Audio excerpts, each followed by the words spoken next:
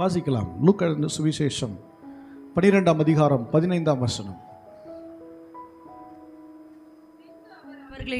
பின்பு அவர் அவர்களை நோக்கி பொருளாசை குறித்து எச்சரிக்கையாயிருங்கள், பொருளாசை குறித்து எச்சரிக்கையாயிருங்கள். ஏனெனில் ஒருவனுக்கு எவ்வளவு திரளான ஆஸ்தி இருந்தாலும் அது அவனுக்கு ஜீவன் அல்ல என்றார். அல்லேலூயா. ஆண்டவராகிய இயேசு கிறிஸ்து நிறைய பிரசங்கங்களை செய்தார், நிறைய வார்த்தைகளை போதித்தார். ஆனால் இங்கே போதிக்கிற ஒரு போதனை என்னன்னா, ஒருவனுக்கு திரளான ஆஸ்தி இருந்தாலும், நிறைய செல்வாக்கு இருந்தாலும் அது அவனுக்கு என்ன இல்லை? ஜீவன் இல்லை. அது அவனுக்கு வாழ்வு இல்லை. அது அவனுக்கு நித்திய வாழ்வை கொடுக்காது, மரணம் இல்லாத வாழ்வை கொடுக்காது, தேவனுடைய ராஜ்யத்தை கொடுக்காது அப்படிங்கிறத சொல்கிறாரு. அல்லேலூயா. அதுக்கு உள்ள சம்பவத்தை நான் சொல்லிடுறேன். நான் ஒரு ஓமையை சொல்கிறேன். ஓமைன்னா ஒரு உதாரண கதை சொல்கிறார். ஒரு பெரிய பணக்காரன் இருந்தான். அவனுக்கு வயல் நிலம் இருந்துச்சு. அந்த வயல் நிலத்தில் பார்த்திங்கன்னா நல்ல அறுவடை. அந்த வருஷம் பயங்கரமான அறுவடை. அதாவது அவனுக்கு இருக்கிற குடோன் கூட பத்தாத அளவுக்கு ஒரு அறுவடை. அவனுக்கு இருக்கிற அந்த குடோன் கூட இடம் பிடிக்காத அளவுக்கு ஒரு பெரிய அறுவடை. அதனால் அவன் யோசித்தான், இவ்வளோ அறுவடை வந்துருச்சு, நான் என்ன பண்ணுவேன், இந்த குடோன் இடித்து நல்ல பெரிய குடோனாக கட்டி தானியத்தெல்லாம் கொண்டு வந்து ஸ்டோர் பண்ணி வச்சிருவேன். அப்பொழுது நான் என் ஆத்துமாவுக்கு என்ன சொல்வேன்னா, படிங்க 19 படிங்க. ஆத்துமாவே உனக்காக அநேக வருஷங்களுக்கு அநேக பொருட்கள் சேர்த்து வைக்கப்பட்டிருக்கிறது. நீ இளைப்பாரி புசித்து குடித்து பூரிப்பாயிரு என் ஆத்துமாவுக்கு சொல்லுவேன் என்று தனக்குள்ளே சிந்தித்துக் கொண்டான். அல்லேலூயா. இந்த செய்தியின் தலைப்பு ஆத்துமாவுக்கு தேவை எது? ஆத்துமாவுக்கு தேவை நிறைய வசனம் எடுத்திருக்கேன். ஆனால் நான் ஷார்ட்டாக சொல்லிட்டு போகிறேன். இன்னொரு முறை சமயம் இருந்தால் அதை பற்றி நம்ம பார்க்கலாம். அல்லேலூயா. அப்போது சொல்கிற ஆத்துமா பார்த்து சொன்னோம். ஆத்துமான்னா உள் மனது, ஆழ் மனதுன்னு சொல்லுவாங்க. ஆழ் மனது ஆத்துமா. அந்த ஆத்துமாவை தேடி தான் ஆண்டவராகிய இயேசு கிறிஸ்து வந்தார். அப்போ அவர் சொல்கிறாரு, அந்த பணக்காரன் சொல்கிறான், ஆத்துமாவே உனக்கு இவ்வளவுலாம் நான் சேர்த்து வச்சுருக்கேன், நீ சாப்பிட்டு குடித்து பூரிப்பா இரு அப்படின்னு சொன்ன உடனே அங்கே ஆண்டவர் சொல்கிறார், மதிகேடனே, உன் ஆத்துமா உன்னிடத்தில் இந்த ராத்திரியில் எடுத்துக்கொள்ளப்படும். அப்பொழுது நீ சேகரித்தவைகள் எல்லாம் யாருடையதாகும் அப்படின்னு கேட்குறார். மதிகேடனே, முட்டாளே, நீ இதெல்லாம் சொல்கிறியே, இவ்வளோ தானியம் இருக்குது, அதனால் நான் என்ன ஆயிடுவேன், நீ திருப்தியார் ஆத்துமாவே சந்தோஷமாக இருன்னு சொல்கிறியே, இன்றைக்கி நைட்டு நீ போயிட்டுன்னா யார் எடுத்துகிட்டு போவா, இது யாருடையதாகும் அப்படின்னு கேட்குறாரு. அல்லேலூயா. தேவனுடைய பிள்ளைகளை இன்றைக்கி கிறிஸ்தவம் எதை தேடி இன்றைக்கி மக்கள் ஓடி வராங்க அப்படின்னு சொன்னால், மக்களுக்கு பிளெஸ்ஸிங் வேணும், ஆசீர்வாதம், மெட்டீரியல் பிளெஸ்ஸிங், பொருளாதார ஆசீர்வாதம் நமக்கு வேணும். இன்றைக்கி எல்லாருமே அப்படி தான் இல்லை, எல்லாருக்குமே அந்த ஆசை இருக்கும், நல்லா இருக்கணும், இப்படி வீடு வாங்கணும், இடம் வாங்கணும், கார் வாங்கணும், இது வாங்கணும், வீட்டுக்கு அந்த பொருள் இந்த பொருள் வாங்கணுன்ற மைண்ட் செட் நிறைய இருக்குது. எல்லாம் கவனிச்சுக்கோங்க. பொருட்கள் தேவைதான், வீடு வேணும் தான், இடம் வேணும் தான், வாகனங்கள் வேணும் தான். ஆனால் உங்கள் கண் அது மேலே வச்சு இது இல்லைன்னா நான் வாழ முடியாதுன்னு நினைக்கக்கூடாது. இதுதான் என் வாழ்க்கை, என் ஆத்மாவுக்கு இதுதான் முக்கியமானதுங்கிற இடத்த நீங்கள் தூக்கி போட்டுடணும். அல்லேலூயா. இந்த ஆத்மா இங்கே இருக்கிற பொருட்களை வச்சு திருப்தி அடைய பண்ண முடியாது, அதை சாட்டிஸ்ஃபை ஆக பண்ண முடியாது. இதெல்லாம் நித்திய வாழ்வு நிரந்தரமானதே கிடையவே கிடையாது. அல்லேலூயா. அப்போது இதை புரியாமல் இன்றைக்கி மக்கள் என்ன பண்ணுறாங்கன்னா, பிளெஸ்ஸிங்கை நோக்கி இன்றைக்கி கிறிஸ்தவமே எதை நோக்கி ஓடிட்டுருக்குன்னா ஆசீர்வாதத்தை தான். நாங்கள் ரட்சிக்கப்பட்ட காலங்கள்லாம் உபத்திரவப்படுகிறது, கஷ்டப்படுகிறது, வேதனைப்படுகிறது, வியாதிப்படுகிறது நல்லது. ஏன்னா இதனால் நான் இன்னும் கர்த்தரை நான் நெருங்கி போகிறேன், இன்னும் கர்த்தரை நான் விசுவாசிக்கிறேன், இன்னும் நான் தேவனை தேடுகிறேங்கிற எண்ணம் பெருகிட்டே இருந்துச்சு. ஒரு காலகட்டங்களில் ஹார்ட் ஆப்ரேஷனுக்கு மருந்து இல்லை, கேன்சருக்கு மருந்து கிடையாது. அன்னைக்கு எங்கே நிற்பாங்கன்னா, ஆண்டவர் சமூகத்தில் ஆண்டவரே சுகமாக்குங்கன்னா பகிரங்கமான அற்புதங்கள்லாம் நடந்துருக்குது. இன்னைக்கு இன்னைக்கு உடம்பு சரியில்லைன்னா டக்குன்னு பக்கத்தில் இருக்கிற டாக்டர் தான் தெரிகிறாரு, ஸ்பெஷலிஸ்ட் தான் கண்ணுக்கு தெரிகிறார், அவர் ஞாபகம் தான் வருது. அல்லேலூயா. இந்த டாக்டரை போய் பார்த்தா நல்லா ஆகிடுமா, அந்த டாக்டர் மைண்டு டக்குன்னு அங்கே தான் வருது. ஆனால் இவைகள் இல்லாத போது எங்கே போய் நின்னாங்கன்னா கர்த்தரை நோக்கி நின்னாங்க. அல்லேலூயா. அதனால தான் தேவன் அதை அதை அதை அதை சொல்ல விரும்புகிறார். இந்த ஐஸ்வர்யம் எல்லாம் என்ன பண்ண நிரந்தரமானது கிடையாது. ஆத்துமாவை இதை கொண்டு போய் என்ன பண்ண முடியாது, நீ திருப்திப்படுத்த முடியாது. இந்த ஆத்துமாவுக்கு உரியது கிடையாது. நீ பேசிக்காக எது வேணும் அப்படிங்கிறத நாம் தெரிஞ்சிருக்கணும்னு விரும்புகிறாரு. ஹல்லேலூயா. இன்றைக்கி நம்ம நிறைய கவலை, இது இல்லை அது இல்லைன்ற கவலைக்கு நமக்கு பெருகிட்டே போகுது. 1 இருக்கிறவனுக்கு 4 இல்லையான்னு கவலை, 4 இருக்கிறவனுக்கு 40 இல்லையான்னு கவலை. 1 இருக்கிறவனுக்கு 4 இல்லைன்னு கவலை, 4 இருக்கிறவனுக்கு 40 இல்லையான்னு கவலை. அதை குறித்து இதை குறித்து ஒரே துக்கம், புலம்பல். சின்ன ஒரு விஷயத்தை நம்ம பார்க்கலாம், படிங்க பார்க்கலாம். அதில் 22 படிங்க, லூக்கா 12:22. இன்னும் அவர் தம்முடைய சீஷரை நோக்கி, இப்படி இருக்கிறபடினால் எண்ணத்தை உண்போம் என்று உங்கள் ஜீவனுக்காகவும் எண்ணத்தை உடுப்போம் என்று உங்கள் சரீரத்துக்காகவும் கவலைப்படாதீர்கள் என்று உங்களுக்கு சொல்லுகிறேன். ஆமா, என்ன சாப்பிட்றது, என்ன உடுத்துறது, இவ்வளோதான் எனக்கு ட்ரெஸ் இருக்கு, இவ்வளோதான் எனக்கு இது இருக்கு, இதுக்கு மேலே என்ன ஆகாரம். அன்னைக்கு பார்த்தீங்கன்னா சாம்பார், ரசம், மோர், மீன் குழம்பு, கறி குழம்பு, கருவாட்டு குழம்பு, அவ்வளோதானே. இன்னைக்கு பார்த்தீங்கன்னா வெரைட்டி, கலர் கலராக காட்டுறான். இப்படி இப்படி இப்படி இதை இப்படி போட்டு சாப்பிடுப்போங்க, அதை அப்படி பண்ணி சாப்பிடுங்க அப்படின்னு சொல்லி ஆள் ஒரு அந்த டெம்ப்ட் பண்ணுறான். அப்படியே யூடியூப்பு அது இதுன்னு பார்த்தோன்னா அப்போ இப்படி சாப்பிட்ணும் அப்படி சாப்பிட்ணும். ஒரு காலகட்டங்களில் 3 வேளை சாப்பாடு கிடச்சதே பெரிய விஷயம். உங்களுக்கு 3 வேளை சாப்பாடு கிடச்சிருக்கு, எனக்கு 3 வேளை சாப்பாடு கிடைக்காத நாள்லாம் இருந்திருக்குது. 2 வேளை, 1 வேளை, அதுவும் சில நேரம் முழு திருப்தியாக சாப்பாடு கிடைக்காத நாட்கள்லாம் இருந்திருக்குது. உங்களுக்கு எப்படி இருந்துன்னு தெரில. ஆனால் இன்றைக்கி அப்படிலாம் கிடையாது. 3 வேளையும் சாப்பிட்லாம். ஆனால் இப்போ எப்படி சாப்பிட்ணுமா, கலர் கலராக, விதவிதமாக அப்படி சாப்பிட்ணுமா. ஹல்லேலூயா. அப்போ கர்த்தர் என்ன சொல்கிறாரு, நீ என்னத்தை உடுப்பேன்னு கவலைப்படாத, என்ன சாப்பிடுவேன்னு கவலைப்படாத. உலகத்தில் இருக்க எல்லாருக்கும் என்ன பண்ணுது, எல்லா பறவை மிருகங்களுக்கு எல்லாத்தையும் நான் என்ன பண்ணுறேன், கொடுக்குறேன். ஹல்லேலூயா. ஆனால் மக்கள் இன்னைக்கு அவர்களை போல வாழணும், இவங்களை போல வாழணும், இவங்கள மாதிரி சாப்பிடணும், அவங்கள மாதிரி சாப்பிடணும், இதில் கவலை. அவங்க வீட்டில் என்னென்ன சாப்பிட்றாங்க தெரியுமா, எப்படிலாம் ட்ரெஸ் பண்ணுறாங்க தெரியுமா, நம்ம வீட்டில். ஹல்லேலூயா. உனக்கு கொடுத்ததில் தேவனுக்கு நன்றி ஆயிரு. உனக்கு கொடுத்ததில் தேவனுக்கு நன்றி சொல்லு. தேவனை நோக்கி துதி. அதுதான் கர்த்தருக்கு பிரியமானது. ஹல்லேலூயா. இன்னைக்கு வீட்டில் சாப்பாடு இல்லைன்னு சொன்னால் அடுத்தது யாரை போய் கேட்டால் பணம் தருவாங்கன்ற மைண்டு ஓடுது. எங்கே போய் கேட்டால் கொடுப்பாங்க, அடுத்தது யார்கிட்ட போய் கேட்கலான்னு தோணுது. அப்படிலாம் வரக்கூடாது. முழங்கால் போட்டு நீங்கள் தாங்கான்னு கேட்கலாம். ஹல்லேலூயா. ஹல்லேலூயா. கூடுமான வரையிலையும் எங்கேயும் போய் நான் கேட்காம இருக்கிறதுக்கு பார்ப்பேன், யாருக்கிட்டையும் நிற்காமல் இருக்கிறது பார்ப்பேன். கூடுமான வரையிலையும் முழங்கால் போட்டு ஜெபம் பண்ணி, ஆண்டவரே வேணும் நீங்கள் செய்ய.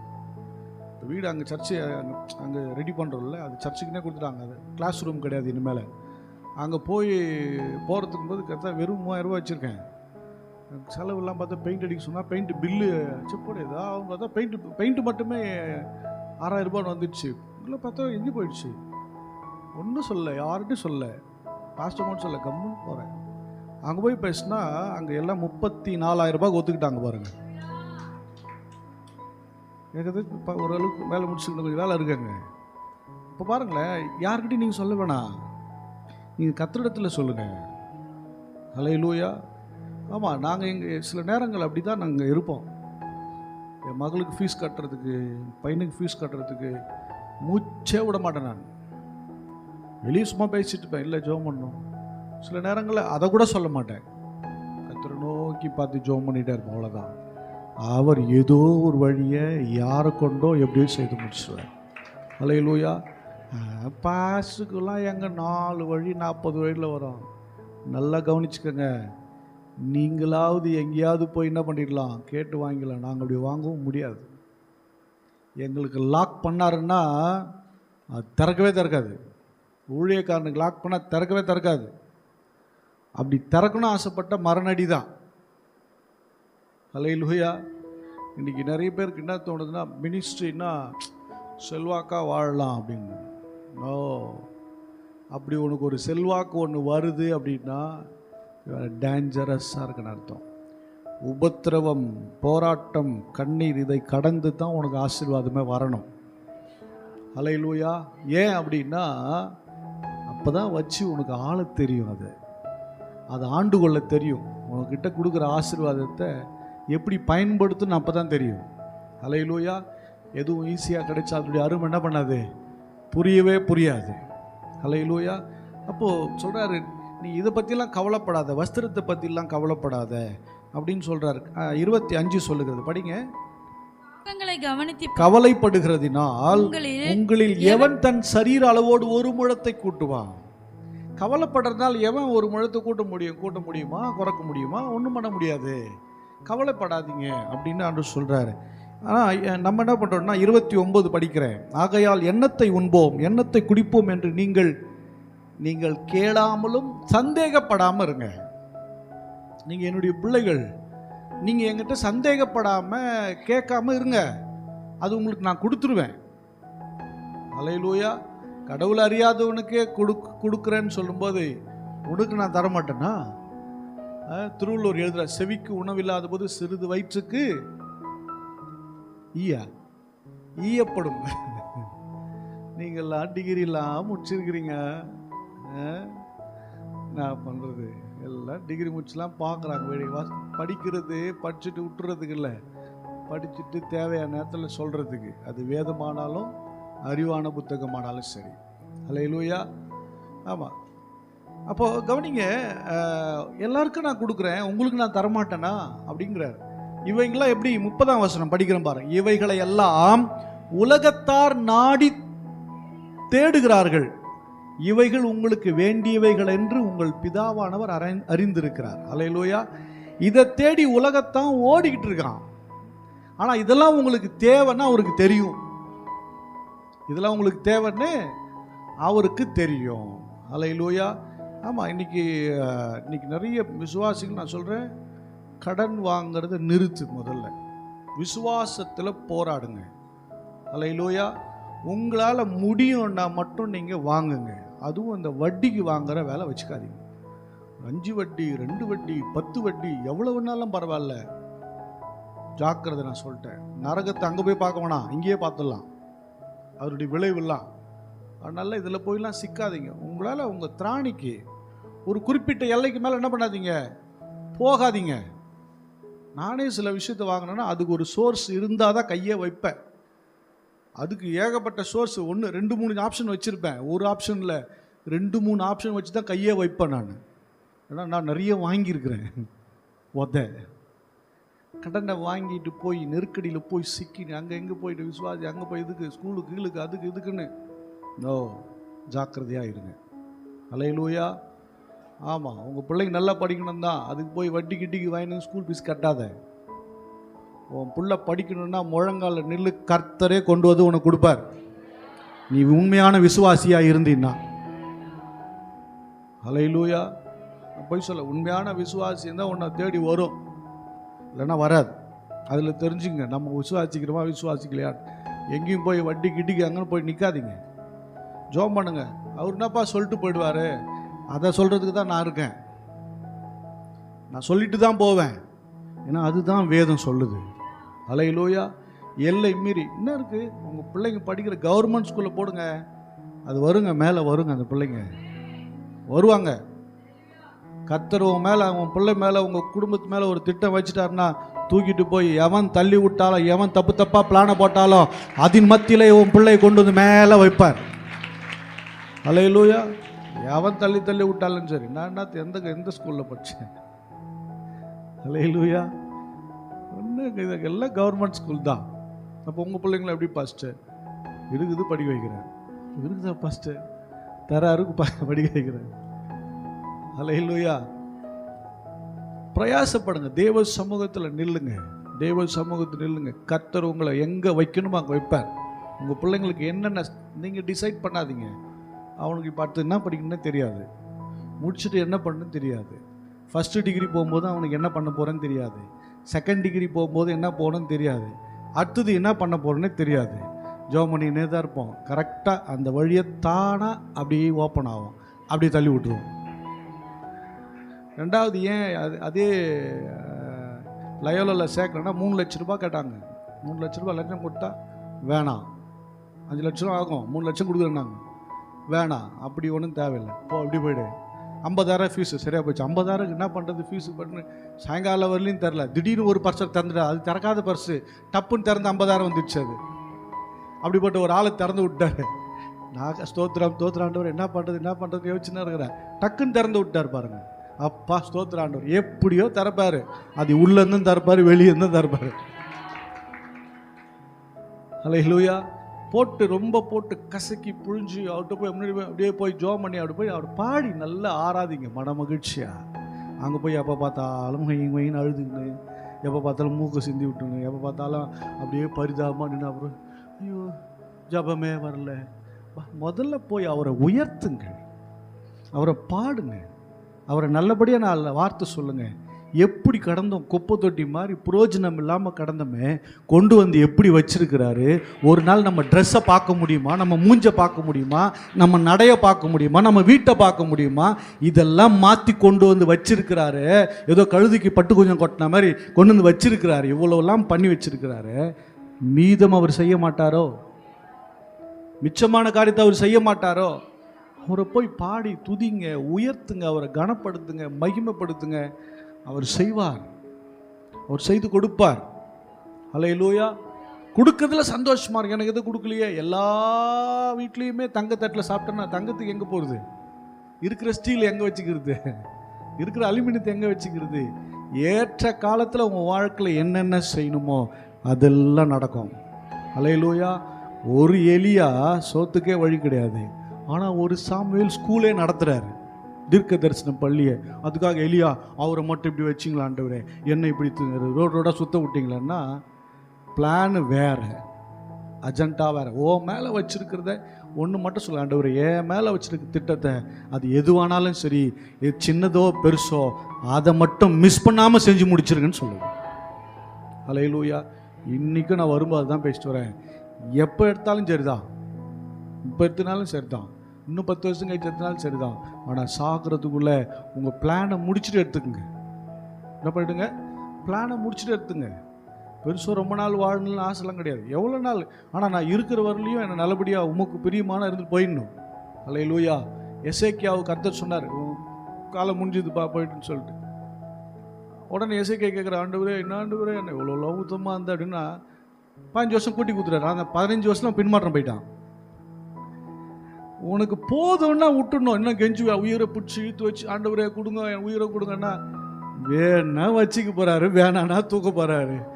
நம்ம கேட்டால் கூட கொடுத்துடுவாரு. அது பிரச்சனைக்குரியதாக தான் இருக்கும். ஹல்லேலூயா. சில நேரம் நம்ம சிலதெல்லாம் கேட்போம், அடம்பிடிச்சு கேட்போம், இது தான் வேணும், இது தான் வேணும், இப்படி தான் வேணும், இப்படி தானே கொடுத்துடுவாரு போ. ஆனால் அந்த வேதனை யாரால் நிற்க முடியும்? அதுக்கப்புறம் நீ கர்த்தரோடு இருப்பியான்னு யாருக்கு தெரியும்? கர்த்தரோடு இல்லாமல் 1000 இருந்து என்னங்க பிரயோஜனம்? இல்லை, எவ்வளோ இருந்து என்ன பிரயோஜனம்? ஒன்றும் கிடையாது. கர்த்தரோடு இருக்கிற வாழ்க்கையே மேன்மையான வாழ்க்கை. ஹல்லேலூயா. அதனால் எதை குறித்தும் கவலைப்படாதங்க. ஆத்துமாவை பார்த்து சொல்லுங்க, நீ எதை குறித்து கவலைப்படாத. ஹல்லேலூயா. எதை குறித்தும் கவலைப்படாதுன்னு சொல்லுங்க. இன்னைக்கு ஆத்துமாவா எங்கே இருக்குன்னா வாசிங்க, சங்கீதம் 119 25 படிங்க வேகம்.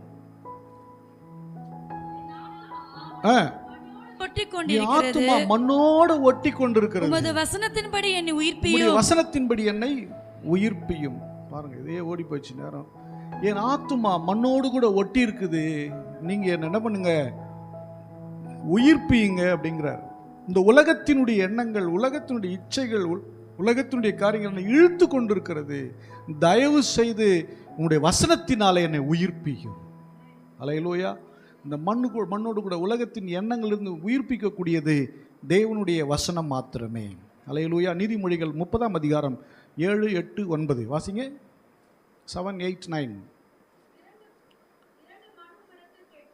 2 மனுவும் இடத்துல நான் கேட்கிறேன், நான் மரிக்கும் பரியந்தமோ, நான் சாகிற வரலையும் அவைகளை எனக்கு மறுக்காமல் தாரும், அதை எனக்கு மறுக்காம கொடுங்க. மாயையும் பொய் வசனிப்பையும், மாயையும் பொய் வசனிப்பையும் எனக்கு தூரப்படுத்துங்க. தரித்திரத்தையும் ஐஸ்வரியத்தையும் எனக்கு கொடாதிருப்பீராக. தரித்திரத்தையும் ஐஸ்வரியத்தையும் கொடுக்காதீங்க. பாருங்க, மாயை அப்படின்னா இல்லாத இருக்கிற மாதிரி பார்க்கறது. இப்போ ஒன்றும் இல்லை, இது இருந்தால் தான் நான் ஊழியமே செய்ய முடியும் நினச்சி நான் உட்காந்து, இந்த ஸ்பீக்கர் பாக்ஸ் இல்லைன்னா என்னால் ஊழியமே செய்ய முடியாது நினச்சினா இது மாயை. ஸ்பீக்கரை வேணாம், மைக்கை வேணாம், கர்த்தர் இருக்கிற வாயா பிரசங்கம் பண்ணால் கர்த்தர் அங்கே ஹீலிங் பண்ணுவார். மாயை இல்லாத ஒன்றை இது இருந்தால் தான், இப்படி இருந்தால் தான், இப்படி நடந்தால் தான் அப்படின்னு நினச்சி அந்த மைண்ட் செட்டை இவங்க இருந்தால் தான், இப்படி இருந்தால் தான், இந்த பணம் இருந்தால் தான், இப்படி தான் நான் செய்ய முடியும்னு மாயை அப்படி ஃபிக்ஸ் பண்ணுறது தெரியுமா? அது பேர் மாயை. நம்ம பாருங்களேன், நம்ம ஊரில் பார்த்தீங்கன்னா சிவப்பாக இருந்தால் கொஞ்சம் மூக்கு கொஞ்சம் எடுப்பு கொஞ்சம் இதாக இருந்தால் அழகாருன்னு சொல்லுவோம். அப்போ ஜப்பான்காரன் என்ன சொல்லுவான்? எல்லா மூக்குமே சப்ப மூக்கு தானே, ஒன்றும் சொல்ல முடியாது. அதே போல் ஆப்பிரிக்காக்காரன் நினச்சானா எவனுக்குமே கல்யாணம் ஆகாது, எவ்வளோக்கும் கல்யாணம் ஆகுது, எவனுக்கும் கல்யாணம் ஆகாது. ஏன்னா அவன் கலர் என்ன பண்ண முடியாது, என்ன வச்சு வெளுத்தாலும் வெளுக்க முடியும். ஃபேர் அண்ட் லவ்லி போட்டு ஊற வச்சா கூட அவன் என்ன பண்ண மாட்டான். கேட்குதா கேட்கலையா? அவன் கலர் மாறாது, ஒன்றும் பண்ண முடியாது இல்லை. அப்படின்னா அழகு என்பதையும் இது வேண்டும் என்பதையும் இதுதான் முக்கியம் என்பது முக்கியம் என்பதை யார் தீர்மானிக்கிறோம்னா நம்முடைய ஆத்மா தான் தீர்மானிக்குது. அது மாயை. இது வேண்டான்னா வேண்டாம், இதுதாங்க பெட்டர் நினச்சா பெட்டர் தான். அல்லேலூயா. எத்தனையோ பேரை மாப்பிள்ளை ரிஜெக்ட் பண்ணுறாங்க, எத்தனையோ பேர் பொண்ணு ரிஜெக்ட் பண்ணுறாங்க. அது ஒன்று சூப்பராகுதுன்னு அடமுடிச்சு கட்டிட்டு போகிறானே, அவன் ஒரு மாயையில் மாட்டியிருக்கான். அல்லேலூயா. அதனால தான் பிரசங்க சொல்ல மாயை மாயை எல்லாம் மாயை அப்படி சொல்லி முடிச்சிட்டாரு. அவனுக்கு ஒன்றுமே இல்லைடா, எல்லாம் மாயை தான் அப்படிங்கிறாரு. அல்லேலூயா. அப்போ மாயையை எனக்கு தூரப்படுத்துங்க. அப்புறம் கபட்டு மாயை பொய் வசனிப்பை எனக்கு பொய் வசனம் சில பேர் அப்படியே தூக்கி பேசுவாங்க, அப்படி ஜெல்லுன்னு தூக்கி உங்களை மாதிரி இருக்க நீங்களா அவள் தான் அப்படின்னு தூக்கி பேசுகிறாங்க. பொய் வசனிப்பு, வஞ்ச புகழ்ச்சி. இந்த எனக்கு கற்றுக் கொடுக்காதீங்க, இதை நான் கற்றுக்கவும் வேண்டாம். இது ரெண்டுமே ஆபத்து.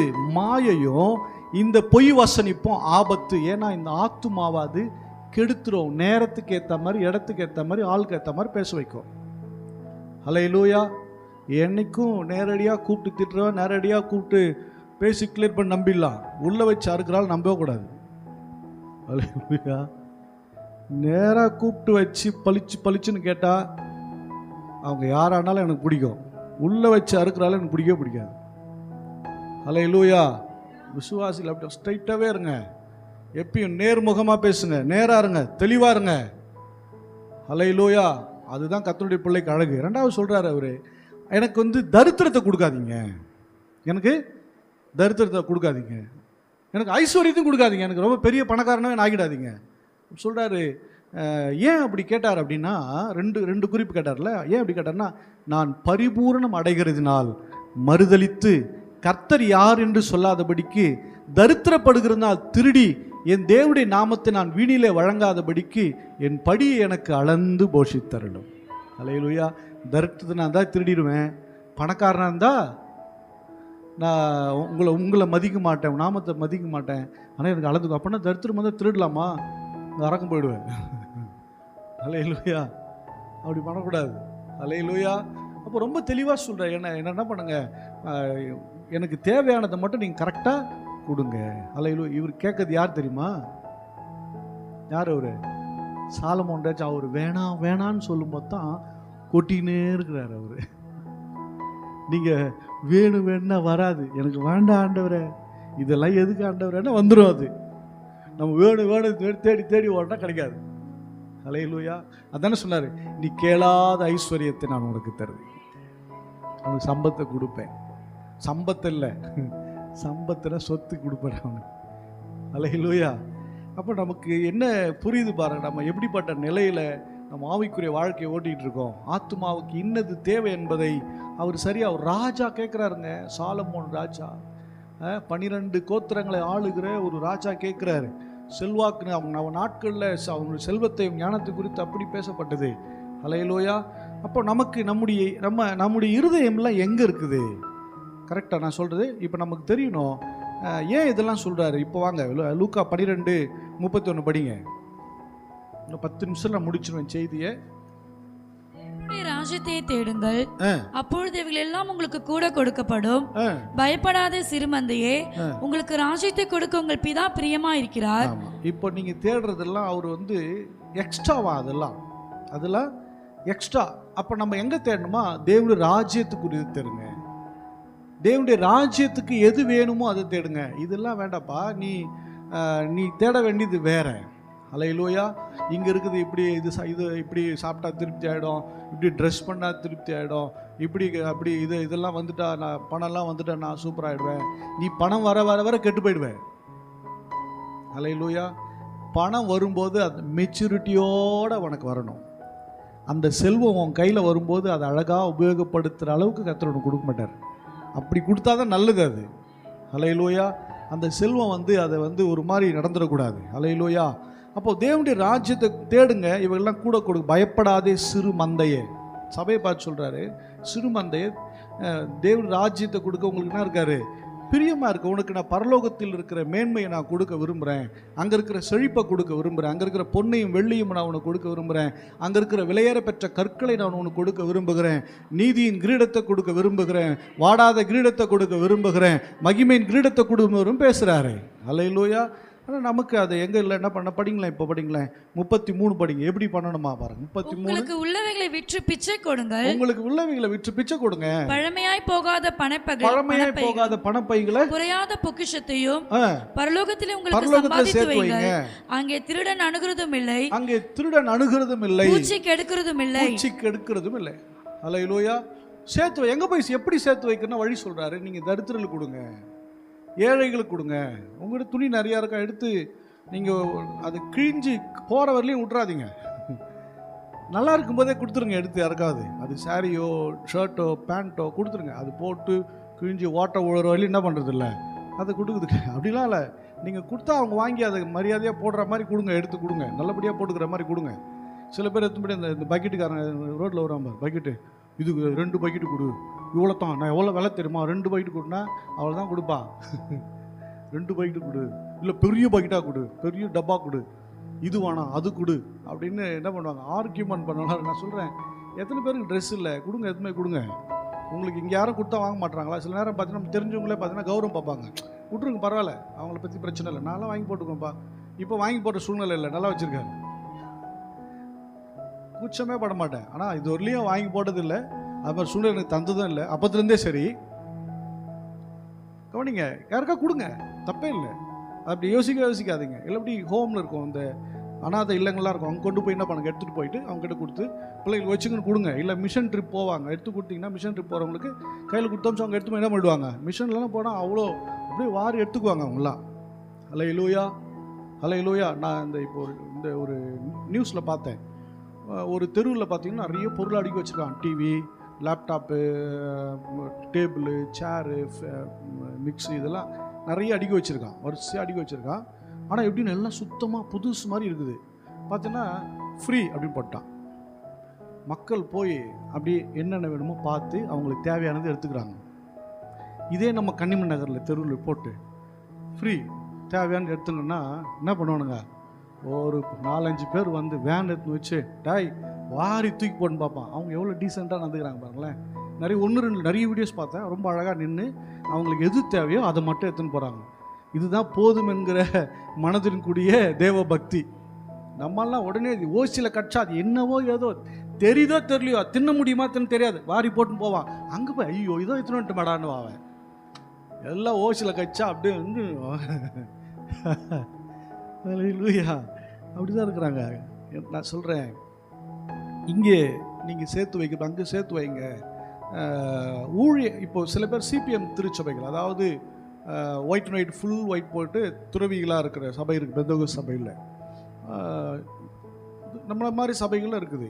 நல்ல விசுவாசத்தில் வளர்ந்தவங்க, சத்தியத்தில் வளர்ந்தவங்க, ஊழியத்தை குறித்த தேவராஜ்யத்தை குறித்த புரிதல் உள்ளவங்க என்ன பண்ணுவாங்கன்னா, அவங்க இருக்கிற காலத்தில் பிள்ளைங்களுக்கு என்னென்ன வேணுமோ செட்டில் பண்ணுவாங்க. ஒவ்வொருத்தருக்கும் ஒவ்வொரு செட்டில் பண்ணி மிச்சம் இருக்கிற ப்ராப்பர்ட்டியை கொண்டு வந்து சபையில் கொடுப்பாங்க. மிச்சம் இருக்கிற அந்த ப்ராப்பர்ட்டி ஒன்று விற்றாவது பணமாக கொடுப்பாங்க. இதை வந்து எப்படி உபயோகப்படுத்தணும்னு சொல்லுவாங்க, இது மாதிரி உபயோகப்படுத்திக்கங்க. இப்போ எனக்கு ரீசெண்டாக ஒரு பார்த்திங்கன்னா கிட்டத்தட்ட 10 ஏக்கர் நினைக்கிறேன், 10 ஏக்கர் இடத்த எழுதி கொடுத்து ஓல்டேஜ் ஹோம் கட்டிங்க. அவர் அந்த பாஸ்டர் அந்த வேலையை பார்த்துட்டு இருக்காரு. இன்னொருத்தர் வந்து என்ன பண்ண 5 ஏக்கர் நம்ம அனம்பேடு என்ன இடமா அது, உங்கள் சொந்தக்காரர் இருக்காங்களே ராஜாங்குப்பம் பக்கத்தில், அந்த இடத்துல நடுவில் ஒரு 5 ஏக்கர் கொடுத்து அதை சபைக்குன்னு கொடுத்துருக்காங்க. சிலர் வந்து கேஷாக கொண்டு வந்து கொடுத்து இதை ஊழியத்துக்கு எதுக்கு தேவனுடைய ராஜ்யத்தின் பணிக்கு மட்டும் அதை உபயோகப்படுத்தணும்.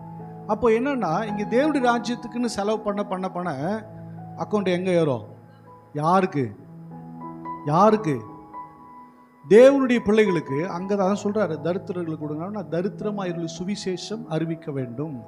அந்த பாரத்தோட உண்மையாக செயல்படும் போது, நீங்கள் உண்மையாக மனம் வந்து, அதாவது பெருமைக்கு பீத்துறதுக்கெல்லாம் கொடுக்காத. அது ₹1 இங்கே எதுவும் போடாது. அது யாராக இருந்தாலும் சரி, பெருமைப்படுத்தணுன்ற காணிக்க, பெருமைப்படுத்த தசம பாகமோ இந்த பெட்டிலையும் வேணாம், இந்த கையிலையும் வேணாம். அல்லேலூயா.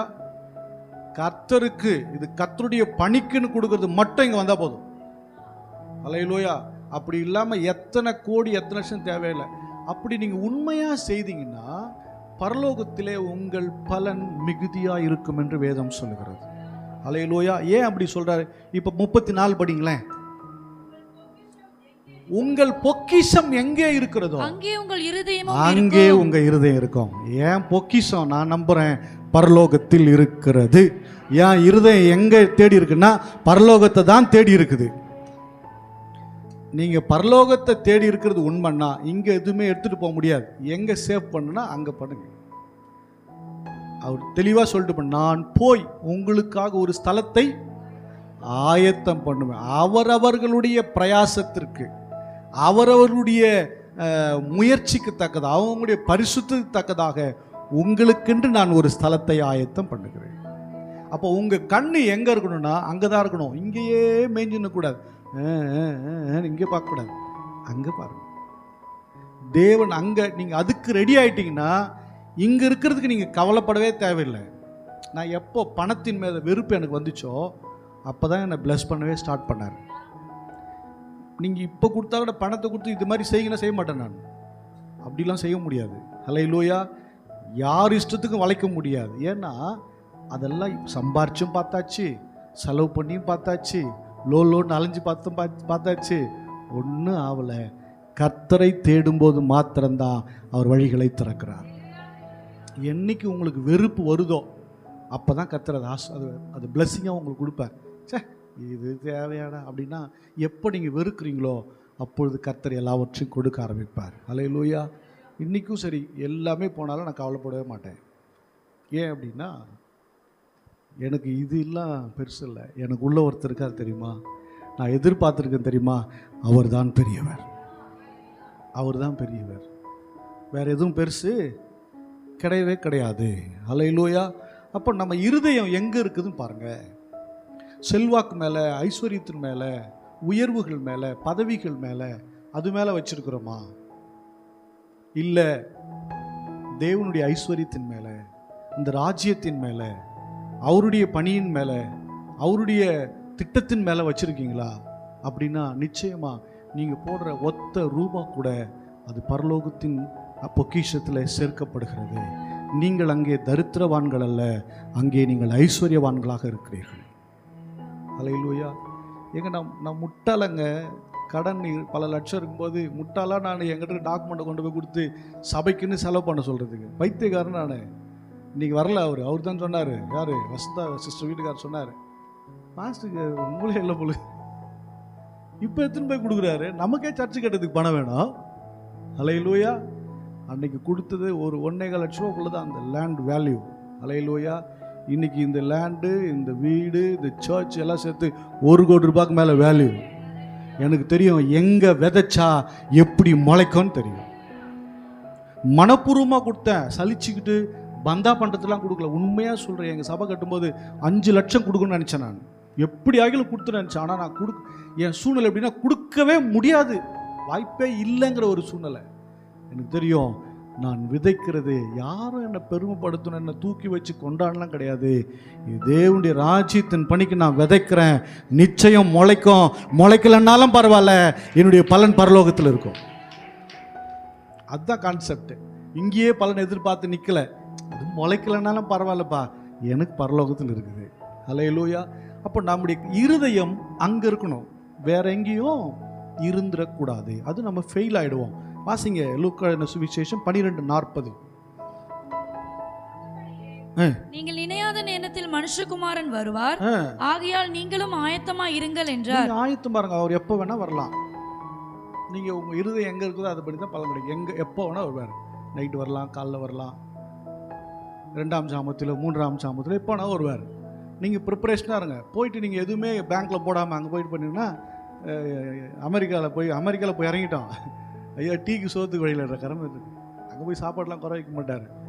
அதான் சொல்கிறேன்னே, அவரவர்களுக்கு உண்டான ஸ்தலத்தை கொடுப்பாராம். அங்கேயே பார்ட்டிஷன்ஸ் இருக்குது. இப்படி பிரசங்கம் மட்டும் ஒருத்தர் கேட்டாரா, அப்போ பரலோகத்திலேயே ஓரவஞ்சனம் இருக்குதுன்றீங்க அப்படின்னு நினச்சி கேட்டார். ஒரு இடத்துல பார்க்கும்போது அவனவனுடைய கிரியைகளுக்கு தக்க பலனை கர்த்தர் கொடுப்பார். அவ்வளோ. ஹல்லேலூயா, ஹல்லேலூயா. இன்னைக்கு நம்முடைய ஆத்துமாவை எப்படி வச்சிருக்கிறோம் வாசிக்கலாம். 1 பேதுரு 1:22. சீக்கிரம் வாங்க, வேகம். இன்னொருத்தர் எடுத்து வச்சுங்க. 1 பேதுரு 2ஆம் அதிகாரம் 11-12 எடுத்து வைங்க.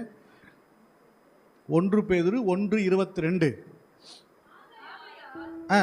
மாயமற்ற சகோதர சிநேகம் உள்ளவர்களாய் இருக்கும்படி, மாயமற்ற சகோதர சிநேகம் உள்ளவர்களாய் இருக்கும்படி ஆவியினாலே சத்தியத்திற்கு கீழ்ப்படிந்து, ஆவியினாலே சத்தியத்துக்கு கீழ்ப்படிந்து, உங்கள் ஆத்துமாக்களை சுத்தமாக்கி கொண்டவர்களாய் இருக்கும்படியால், ஆவியினாலே சத்தியத்துக்கு கீழ்ப்படிந்து உங்க ஆத்துமாக்களை சுத்தமாக்கி கொள்ளுகிறவர்களாய் சுத்த இருதயத்தோட ஒருவர் ஊக்கமாய் அன்பு கூறுங்கள். ஒருவர் ஊக்கமாய் அன்பு கூறுங்கள். ஊக்கமாய், மாயமற்ற சகோதரத்துவம். மூஞ்சி மட்டும்தான் சிரிக்குது, வாய் மட்டும்தான் பல்ல காட்டுது, உள்ளுக்குள்ள அவ்வளோ இருக்குது விஷம். இது கிறிஸ்தவ பிள்ளைகளுக்கு அழகு கிடையாது. ஹல்லேலூயா. இருதயம் சுத்தமாகட்டும். இருதயம் ஆத்துமானா இல்லை, சுத்தமாக இல்லை, சகோதர சிநேகமாய் ஆவியினாலே, பரிசுத்த ஆவியானவர் கொடுக்கிற சத்தியத்தினாலே. இப்போ நான் இங்கேருந்து பிரசங்கம் பண்ணுறேன். உண்மையிலே நான் பிரசங்கம் பண்ணுற மனநிலையே கிடையாது. ஆனால் நான் இது பேசுகிறேன். அப்போது ஆவியில் போதிக்கப்படுகிற சத்திய வசனங்களை எடுத்து அதன்படி இருதயத்தை சுத்தமாக்கிக்கிடுமா. அதன்படி இருதயத்தை சுத்தமாக்கி அன்பு கூறுங்கள் அப்படிங்கிற. எப்படின்னா ஊக்கமாக நல்ல ஒரு முழுமையான அன்பு கூறுங்க. ஹல்லேலூயா. பழைய திருச்சபைகள்லாம் பார்த்தீங்கன்னா, இந்த கேத்தலிக் சர்ச்சஸ்லாம் போனால் ரொம்ப அந்த விஷயம் ரொம்ப பிடிக்கும் எனக்கு. பாருங்களேன், அவங்க வந்து நல்லா கட்டி அணைச்சி, நாங்கள் இப்போ பாருங்க, அவங்க போயிடுறீங்க பாருங்கள். நானும் சொல்லி பார்த்துட்டேன். பிரதர்ஸ் முதல்ல கை கொடுத்து பிரைஸ் எல்லாம் நல்லா இருக்கீங்களா, நான் நல்லா இருக்கேன் அப்படி சொல்லி எல்லாம் விஷ் பண்ணுவாங்க. ஒருத்தர் மாற்றி விஷ் பண்ணிக்குவாங்க. கத்தோலிக்க திருச்சபையில் ரொம்ப நெருங்கினவங்க நல்லா கட்டி அணைச்சி முத்தம் விடுவாங்க. அது பரிசுத்த முத்தம். ஹல்லேலூயா. ஆம்பளையும் பொம்பளையும் கட்டி பிடிச்சி முத்தம் கொடுக்குறதில்ல. அது மூத்தவங்க, வயதானவங்க என்ன பண்ணுவாங்க, பிள்ளைகளுக்கு கொடுப்பாங்க. மற்றபடி நினச்சி ஒரு தெய்வீக ஊக்கமான அன்பை வெளிப்படுத்துவாங்க. அவங்கக்கிட்ட பார்த்தீங்கன்னா அந்த உதவியோ வேலையோ ஏதோ ஒன்றுன்னா அந்த கபடு இல்லாமல் அப்படியே செய்வாங்க பாருங்கள்.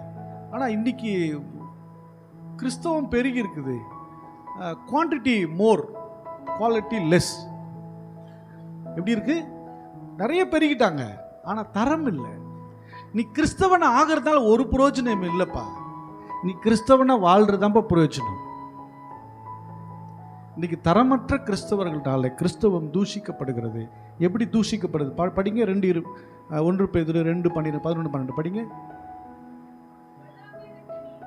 நல்லா. நன்மை செய்து பொல்லாப்பை விட்டு நீங்கி நன்மை செய்து சமாதானத்தை தேடி அதை பின்தொடர கடவன். கர்த்தருடைய கண்கள் நீதிமான்கள் மேல் நோக்கமாய் இருக்கிறது. வசனம் படிக்கிற 11-12 2ஆம் அதிகாரம் 11-12. பிரியமானவர்களே, அந்நியர்களும் பரதேசிகளுமாயிருக்கிற நீங்கள் உங்கள் ஆத்துமாவுக்கு விரோதமாய் போர் செய்கிற மாம்ச இச்சைகளை விட்டு விலகி, புறஜாதிகள் உங்களை அக்கிரமக்காரர் என்று விரோதமாய் பேசும் விஷயத்தில் அவர்கள் உங்கள் நற்கிரியைகளை கண்டு அவற்றின் நிமித்தம் தேவனை மகிமைப்படுத்தும்படி நீங்கள் அவருக்கு நல்ல நடக்க உள்ளவர்களாய் நடந்து கொள்ளுங்கள் என்று புத்தி சொல்லுகிறேன், உங்களுக்கு புத்தி சொல்லுகிறேன். ஹல்லேலூயா. இங்கே சொல்கிறாரு, நீங்களும் நானும் யாருன்னா இந்த பூமிக்கு அந்நியர்களும் பரதேசிகளும். பரதேசின்னு திட்டினா கோபம் வந்துடும்ல, ஏன்னா அவன் வீடு வாசல் இல்லாதவன், எந்த உறவும் இல்லாதவன் இல்லை. ஆனால் கத்தோலிக்க பிள்ளைகள்லாம் பரதேசிகள் தான். நான் ஒரு பரதேசி. சொல்லுங்கள். போங்க, நீங்களாம் சொல்ல மாட்டீங்க. நான் பரதேசி தான். அந்நியர்களும் பரதேசிகமாக இருக்கிறோம் பூமியில். அப்போது சொல்கிறாரு, நீங்கள் உங்கள் ஆத்துமாவுக்கு விரோதமாக போர் செய்கிற இச்சைகள். இந்த ஆத்துமாவை அபகரிக்கும்படி, இந்த ஆத்துமாவை நரகத்திற்கு கொண்டு போகும்படி, இந்த ஆத்துமாவை பின்மாற்றத்தில் தள்ளும்படி போர் செய்கிற இச்சைகள் என்ன ஆச்சுன்னா, அது பாவ இச்சை எது வேணா இருக்கலாம், விபச்சாரமாக இருக்கலாம், பண ஆசையாக இருக்கலாம், பெருமை மேட்டிமை எது வேணா இருக்கலாம். உங்கள் ஆத்துமா விழத்தள்ளக்கூடிய போர் செய்கிற அந்த இச்சைகளை, மாம்ச இச்சைகளை விட்டு விலகி, புறஜாதிகள் உங்களை அக்கிரமக்காரர் என்று விரோதமாய் பேசும் விஷயத்தில், பாருங்க, புறஜாதிகள் யாரை அக்கிரமக்காரர் சொல்றாங்களா? விசுவாசிய அக்கிரமக்காரர் என்று சொல்லுகிற விஷயத்தில் நீங்கள் என்ன பண்ணுங்க, அவர்கள் உங்கள் நற்கிரிகளை கண்டு அவற்று நிமித்தம் சந்திப்பின் நாள்னா அவர் வரும்போது சந்திப்பின் நாளிலே தேவனை மகிமைப்படுத்தும்படி நீங்கள் அவர்களுக்குள்ளே நடந்து கொள்ளுங்கள் என்று உங்களுக்கு புத்தி சொல்லுகிறேன். பேர் மட்டும் கிறிஸ்தவனாக இருக்கக்கூடாது, பேர் மட்டும் பைபிளை தாக்கில் வச்சுன்னு இப்படி அவங்க சர்ச்சுக்கு போகிறோன்னு இப்படி 9:30 மணிக்கு 9:30 இப்படி ஆயிடுது இல்லை. நடக்க இறங்கணுமா? நல்லா தான் நடக்கிறேன், நான் பெண்டு பெண்ணாக நடக்கலையே, இல்லை வாழ்க்கை நல்லபடியாக நடக்கணுமா? ஹல்லேலூயா. கண்டபடி வாழ்ந்து புறஜாதிகள் மத்தியில் தூஷிக்கிற மாதிரி இதெல்லாம் போது பார், சர்ச்சைக்கிற மாதிரி சொல்கிற மாதிரி நடக்கக்கூடாதுன்னு சொல்கிறார். ஹல்லேலூயா. எப்படிலாம் பேசுது பார். சில பேர் இங்கே வந்து பயபக்தி சோத்திரம் வெளியே போனால் வாய் திறந்த ஒரே புழுகு மூட்டை, ஒரே பொய், ஒரே பெத்தலாட்டம். வெளியே போனால் ஒரே அசிங்கசியமாக பேசி நிற்குது. விசுவாசியா நீ? விஷ ஊசி அப்படியே ஏடாகூடமாக நடந்துக்குது, வாழ்க்கையே மோசமாக இருக்குது. சொல்ற ரொம்ப தெளிவா, நீ நல்நடக்கையோட மற்றவங்க ஒன்றை பார்க்கும்போதே ஆசை வரணும், நான் கிறிஸ்தவனாய் மாறிவிட வேண்டும் என்று சொல்ல. போய் சண்டைக்கு நிற்கிறது அப்படியே இழுத்து கட்டினுக்கிட்ட, யார் தெரியுமா, என் பேக்ரவுண்ட் தெரியுமா? என்ன பேக்ரவுண்டு? பஞ்சரான பேக்ரவுண்டு. ஹல்லேலூயா. நிறைய பேர் அப்படி இருக்கிறாங்க பாருங்க. தேவனுடைய பிள்ளையே, ஜாக்கிரதையாக இருங்க. நல் நடக்கையினாலே மற்றொரு ரட்சிக்கப்படுவதற்கு நீங்கள் இடம் கொடுங்கள். உங்கள் நிமித்தம் தேவனுடைய நாமம் தூஷிக்கப்படக்கூடாது. ஹல்லேலூயா. ஒரு வீட்டில் சண்டையே நடக்காதா? நல்ல கடவுளுடைய பிள்ளைங்க. பக்கத்து வீட்டில் பார்த்தோன்னா அவங்க சமாதானமாக சந்தோஷமாக அவங்க வாங்குறது போகிறதுனா அப்படி இருந்தாங்க. பக்கத்தில் பார்த்தோன்னா நம்மளும் அந்த சர்ச்சுக்கு போகணும் அப்படின்னு ரொம்ப நாளாக தோணுது. அவங்க 2-3 மாதமாக அவங்க வாட்ச் பண்ண இருக்காங்க. பரவாயில்ல, சம்பாதமாக இப்போ இப்படி வாழ்ந்தால் இப்படி தான்ப்பா ஒரு வாழ்க்கை வாழணும், இருந்தால் இப்படி தான்ப்பா இருக்கணும் அப்படின்ட்டு அவங்க நினச்சின்னு இருக்கிறாங்க. திடீர்னு பார்த்தா ஒரு நாள் டமால் டிமில் உருளுது. ஏன்னா இவங்க மறுநாள் காலைல சர்ச்சுக்கு நான் வரலாம் அப்படின்னு சொல்கிறதுக்கு அவங்க வெயிட் பண்ணிகிட்டு இருக்காங்க. ஆனால் அவங்க வீட்டில் உருளுது. அன்றைக்கி பார்த்தோன்னா அந்த அம்மா அடிச்சு ஓட விடுது வீட்டுக்காரனை. அவர் பாவம் கிழிஞ்ச துணியோட வர்றார். என்னடா வெளியே பார்த்தா அவர் குழம்பு கண்ணாத்தி கவுத்துட்டுக்கிறார் தலையில். பார்த்தா பரிதாபமாக இருக்குது. அப்போது அந்த பக்கத்துல, அப்பா நம்ம வீட்டில் இது மாதிரிலாம் இல்லைப்பா, ஐயோ நம்ம இங்கேயே இருக்கலான்னு தோணுது அப்படின்னு அவங்க இப்போ வரவே இல்லையா. இந்த ரட்சிப்பு எங்கே தடைப்பட்டுச்சு? இவங்க நல்நடக்கை இல்லாமல், இவங்க பேச்சு வாழ்க்கை. அவிவிசுவாசியோட அப்படி நடந்துக்க மாட்டான். நீ கொருந்து சபையில் படிச்சு அவிவிசுவாசி அப்படி நடந்துக்க மாட்டான். இவ்வளோ கேவலமாக நடந்துன்னு திட்டுறார் சபையை பார்த்து. அப்போ திருச்சபை மக்கள் நல்நடக்கையோட சாட்சியாக வாழும்போது நீங்களும் நல்லா வாழ்வீங்க. உங்களை பார்க்கிறவர்கள் ரட்சிக்கப்பட்டு நல் நடக்கைக்குள்ள வருவார்கள். இதுதான் ரொம்ப முக்கியம். இதுதான் ஆத்துமாவை நாம் ஆதாயப்படுத்துது. ஆத்துமா அறிவில்லாமல் இருப்பது நல்லதல்ல. நிறைய ஆத்துமாவுக்கு அறிவே இல்லை. நான் சொல்ல, பைபிள் சொல்லுது. நீங்களாம் நல்ல அறிவாளிங்க, தெளிவாளிங்க, புரிந்தவங்க, நாளும் தெரிஞ்சவங்க, ரொம்ப நல்லவங்க. எனக்கு அவ்வளோ தெரியாது, நான் தெரிஞ்சதெல்லாம் சொல்லியிருக்கேன். சங்கீதம் 56:13 வேக முடிப்பா. கரெக்டாக 2 நிமிஷம் முடிஞ்சிடும்.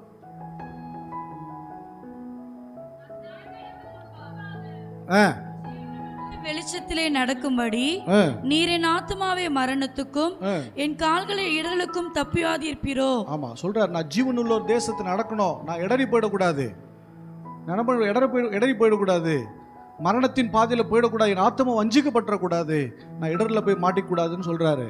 ஹல்லேலூயா. இந்த ஆத்மா இடற பண்ண முடியும். வாழ்க்கையில் நிறைய விஷயங்கள் இடறி போக முடியும். தேவனுடைய பிள்ளை இடறி போகாதபடிக்கு சத்தியத்தில் நடுவுங்கள். ஹல்லேலூயா. வாசிக்கலாம் நம்ம ஒரு வசனத்தை. 3 யோவான் 1:2 வாசிக்கலாம்.